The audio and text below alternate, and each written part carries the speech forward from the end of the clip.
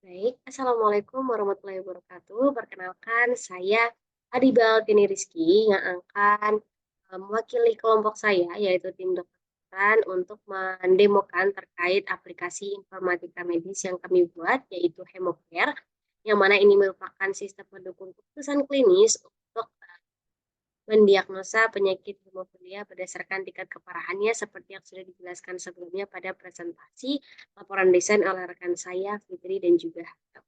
Langsung saja, di sini saya akan mendemokan terkait aplikasi Hemocare ini. Jadi di sini ada loading page yang mana akan mengarahkan ke halaman landing page itu sendiri. Dan pada halaman landing page ini sebenarnya hal utamanya kami buat ini hanya untuk login saja masuk ke dalam sistem. Tetapi kami menambahkan pemanis, yaitu di sini kami menambahkan beberapa artikel yang dapat diakses oleh admin maupun user, yang mana user itu merupakan dokter. Di sini kita bisa melihat artikel-artikel terbaru terkait penyakit hemofilia itu sendiri. Dan di sini kita memberikan contoh seperti ini, jadi nanti bisa mengakses artikelnya. Dan kemudian di sini untuk defaultnya itu, login-nya ini akan kami peruntukkan login untuk user atau bisa kita sebut dokter ya.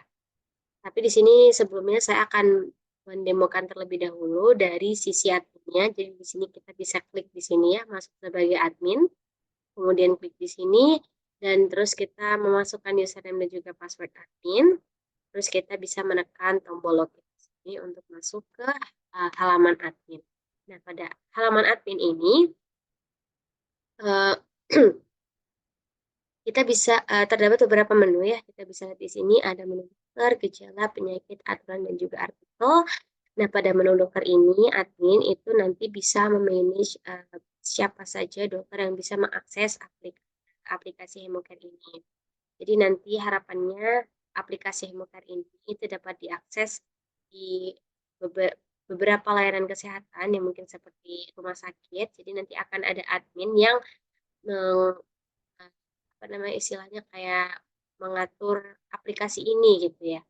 Nanti jika ada dokter baru bisa melakukan tambah dokter di sini, jadi kayak memanage akun dari para dokter. Jadi di sini kita bisa melihat riwayat diagnosa dari masing-masing dokter. Kemudian ini akan muncul ya riwayat diagnosisnya. Kemudian di sini kita juga bisa menambah admin, itu juga bisa menambah dokter. Jadi jika ada dokter baru kita bisa buatkan akunnya ya sebagai admin. Di sini kita klik tambah, kemudian mengisikan ID dokter, nama dokter, username dan juga passwordnya nanti sudah di-generate langsung oleh admin. Jadi nanti admin akan menginformasikan ke dokter yang bersangkutan. Setelah itu semua terisi, kita bisa klik tambah dan akan otomatis tertambah di sini ya data dokternya. Kita juga bisa melakukan edit dan simpan, kita juga bisa melakukan hapus. Ya seperti itu untuk menu yang dokter. Setelah itu kita beranjak ke menu gejala. Jadi di sini terdapat data-data gejala ya, dari ID gejalanya, kemudian nama gejalanya. Ini berikut untuk gejala-gejala dari hemofilia itu sendiri ya mungkin. Jadi di sini kita juga bisa menambah gejalanya, yang mana gejala-gejala ini itu akan kami gunakan nantinya di uh, basis pengetahuannya atau aturannya. Kita bisa tambah gejala, jadi di sini admin itu bisa menambahkan gejalanya dengan masukkan ID gejala dan juga nama gejala, misalnya seperti ini, kemudian klik tambah. Ini juga bisa diedit, kemudian simpan, kita juga bisa hapus yang mana ya untuk kira-kira uh, gambaran sistemnya.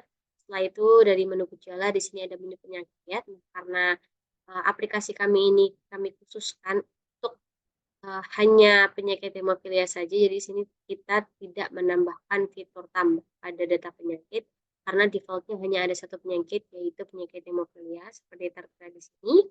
Kemudian yang selanjutnya itu ada menu aturan. Jadi berdasarkan yang sudah kami jelaskan sebelumnya pada laporan desain bahwasanya model keputusan yang kami gunakan itu rule based reasoning atau RBR, yang mana itu berdasarkan aturan ya, berdasarkan aturan ada basis pengetahuannya. Jadi di sini ada terdapat beberapa data aturannya. Di sini ada kode aturannya, kemudian terkait detail aturannya. Jadi if misalnya di sini gejalanya mudah memar saat terkena benturan dan pendarahan yang sulit berhenti, berarti itu penyakit hemofilia dan lain sebagainya.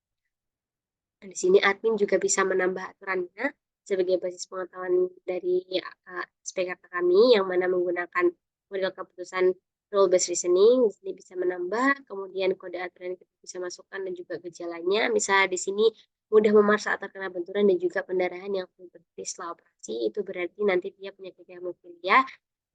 Karena kita di sini sudah defaultnya hemofilia ya, karena kita penyakitnya cuma satu saja tadi seperti yang sudah ada di menu penyakit.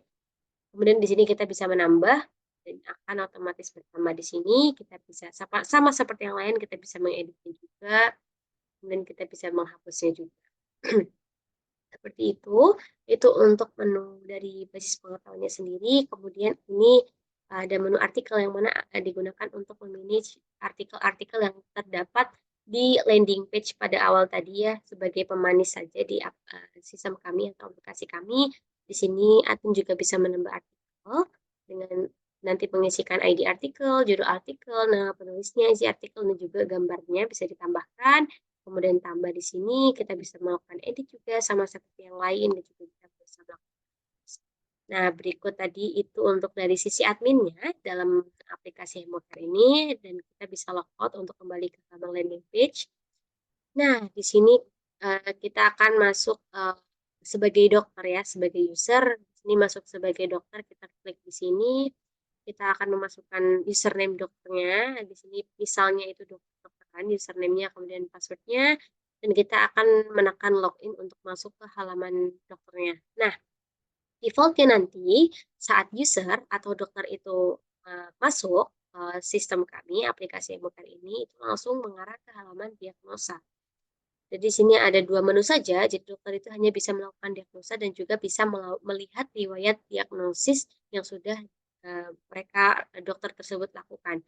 Jadi untuk di diagnosa ini, dokter ini diminta untuk memasukkan nama pasien, kemudian jenis kelaminnya, tanggal lahirnya untuk mendeteksi pasien tersebut itu usianya berapa, kemudian memasukkan gejala-gejala yang dialami oleh pasien sebagai contoh seperti ini.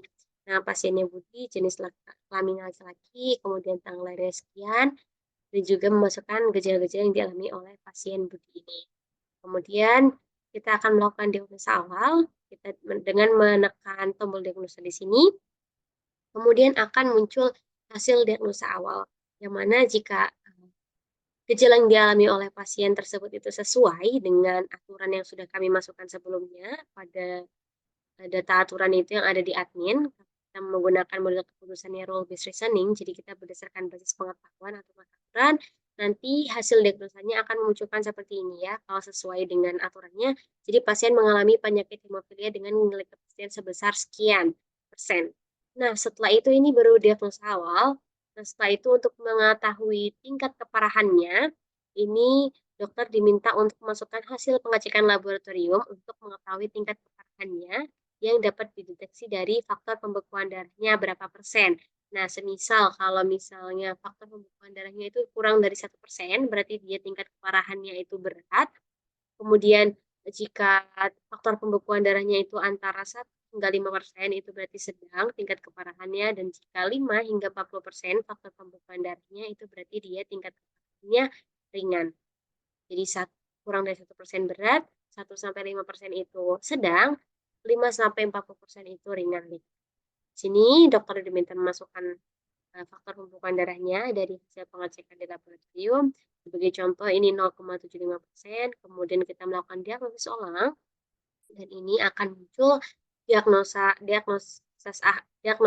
hasil diagnosa akhir, yang mana menampilkan semua hasil dari diagnosa, yaitu penyakit mengalami, sebagai contoh di sini penyakit mengalami penyakit hemofilia, pasien mengalami penyakit hemofilia dengan nilai sekian persen dan juga tingkat keparahannya berat berdasarkan tadi faktor pembekuan darah yang sudah dimasukkan di halaman sebelumnya.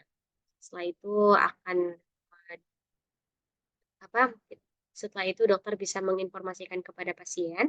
Nah, jika ternyata pada diagnosa awal itu pasien tidak gejalanya tidak sesuai dengan penyakit hemofilia, itu otomatis akan selesai ya, tidak dokter tidak diminta untuk memasukkan faktor pembekuan darahnya untuk mendeteksi tingkat keparahan dari penyakit hemofilia itu sendiri karena memang pasien tidak terdeteksi uh, mengalami penyakit hemofilia.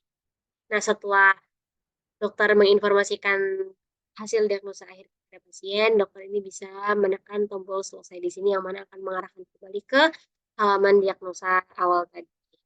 Nah, selain melakukan diagnosa, dokter ini juga dapat melihat riwayat diagnosis yang sudah uh, dokter tersebut lakukan. Di sini ada uh, data riwayat diagnosisnya, di sini ada tanggal diagnosanya, kemudian nama pasiennya siapa, tanggal lahir pasien, kemudian jenis kelaminnya, dan juga di sini ada hasil diagnosanya yang mana ini Y atau T, yang mana Y itu berarti berarti pasien tersebut mengalami didiagnosa mengalami penyakit hemofilia, sedangkan yang T itu berarti tidak mengalami.